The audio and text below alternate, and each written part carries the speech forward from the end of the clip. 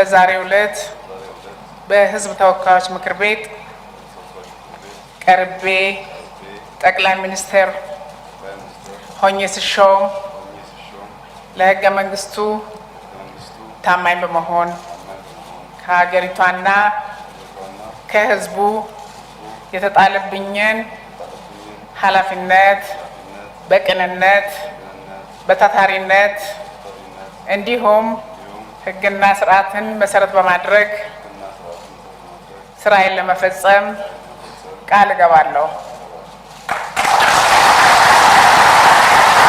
ጋፈ ጅጅረምኒ ኩን ዱፍ ብይ ኩን ሚንዳ ሆጀተቶ ሼቲፍ ከፈሉን ደንዴሱ ሊቃን ብያ አላ ሁምነ ሼቲ ኦል ቱሬ ዲነግዴን ብየ ከና አካ አፍሪካ ባሃት ለመፋ ቱሬ አካ አፍሪካትስ አካ ደጋሃ ባተን ሰን ዲነግዴን ኬኝ ባየ ዱበት ተፋ ቱሬ ሀሮ አፍሪካ ኬሰት ኢኮኖሚ ወጥቃት አፍሪካ ባ ኬሰት ተኮፋቴ ኢኮኖሚ ደቻ tokko ol guddate ikonomii qonna jijjiiraa jiru ikonomii magaala jijjiiraa jiru ikonomii ijoollee keenya sabiyyummaa irraa kaasee barsiifachaa jiru ijaaraa jirra.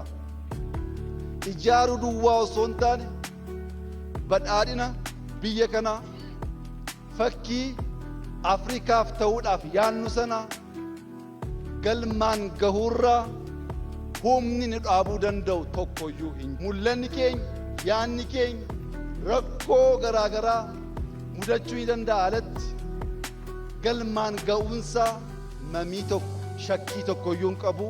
yaa ummataa laphee guutuudhaan har'as akka kaleessaa irra deddeebi'ee isinitti himuu kan hin barbaadu Itoophiyaan badhaadhinni ishee hin dhugooma. Itoophiyaan tokkummaan ishee hin eegama. Itoophiyaan akka Afrikaatti biyya kabajamtu biyya sodaatamtu ni taati.